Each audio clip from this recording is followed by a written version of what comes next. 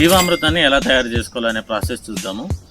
అందులో భాగంగానే ఫస్ట్ ఒక 200 లీటర్స్ దమ్ము తీసుకోవాలి. ఇది ఒక ఎకరానికి 200 లీటర్స్ దమ్ములో మనం 200 లీటర్స్ వాటర్ పోయాలన్నమాట.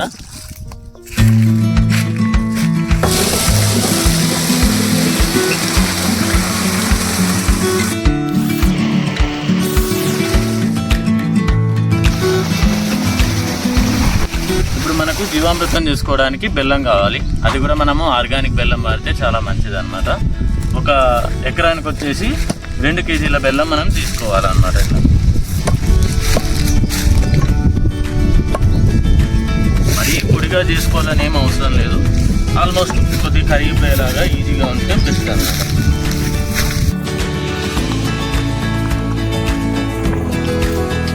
ఇంకోటి మనము మన చేనులో ఉండే పుట్ట మట్టి కానీ గట్టు మట్టి కానీ తీసుకోవచ్చు.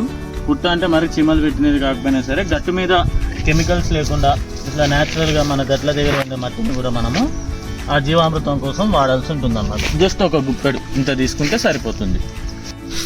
ఇప్పుడు మనము జీవామృతాన్ని తయారు చేద్దాం. అందులో ఫస్ట్ పుట్ట మట్టి తీసుకుంటున్నాం ఒక గుప్పెడు. ఈ సీక్వెన్స్ ఎలాగైనా వేయచ్చు. తర్వాత ఏమేమి ఇక్కడ మనకు ఆవు పేడ ఒక ఎకరానికి 10 కేజీస్ ఆవు పేడ సరిపోతుంది అనమాట. తర్వాత ఇది శనగపిండి అని కాదు, బీజాలకు సంబంధించినది ఏదైనా సరే. నాటు బెల్లం, దీంతో పాటు మన దేశీ కవ్వు ఏదైతే ఉంటుందో ఆవు యొక్క గోమూత్రం, వీటన్నిటిని ఒక్కొక్క దాన్ని మనము ఇప్పుడు మన జీవామృతం డ్రమ్ ఏదైతే తీసుకున్నామో అందులో యాడ్ చేయాలి. ఫస్ట్ ఏం చేద్దాం, పేడ తీసుకుందాం. పేడని 10 కిలోల పేడని ఈ విధంగా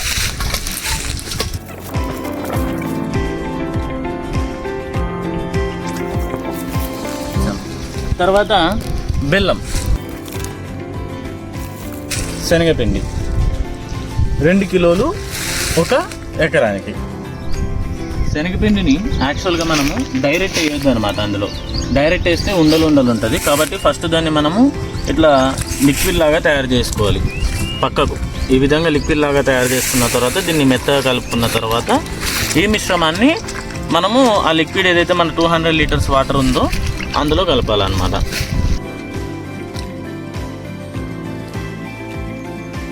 విధంగా కలిపి పెట్టుకున్న శనగపిండి ద్రావణాన్ని ఇందులో కలపాలి. నెక్స్ట్ గోమూత్రం, మన దేశీ గోమూత్రం ఏదైతే ఉందో గోమూత్రం 10 లీటర్స్ తీసుకోవాలి. 10 లీటర్స్ని ఇందులో కలిపేసేయాలి.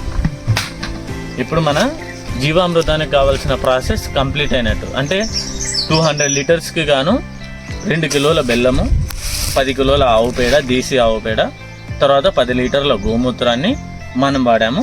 2 కేజీల ద్విదళ బీజానికి సంబంధించిన ఏ పిండి అయినా మనం వేసేసుకోవచ్చు. ఈ విధంగా వేసుకున్న తర్వాత దీన్ని రోజు మార్నింగ్ సాయంత్రం ఈ విధంగా ఒక పొడవాటి కర్రతో నీట్గా తిప్పుతూ ఉండాలన్నమాట. అది కూడా ఇది క్లాక్ వైజ్లో తిప్పాలి. గడియారం ముళ్ళు ఎలా తిరుగుతుందో ఆ విధంగా నీట్గా ఇలా తిప్పేసుకోవాలన్నమాట. ఒక కదా రెడీ చేసిన తర్వాత ఈ విధమైన క్లాత్, యాక్చువల్గా గోనె సంచి కానీ మనం అలాంటివి కూడా కట్టొచ్చు.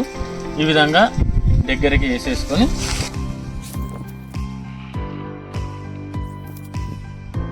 ఈ విధంగా కట్టి దీన్ని ఇప్పుడు మనము చూడండి పైన మనము షేడ్ పెట్టాము.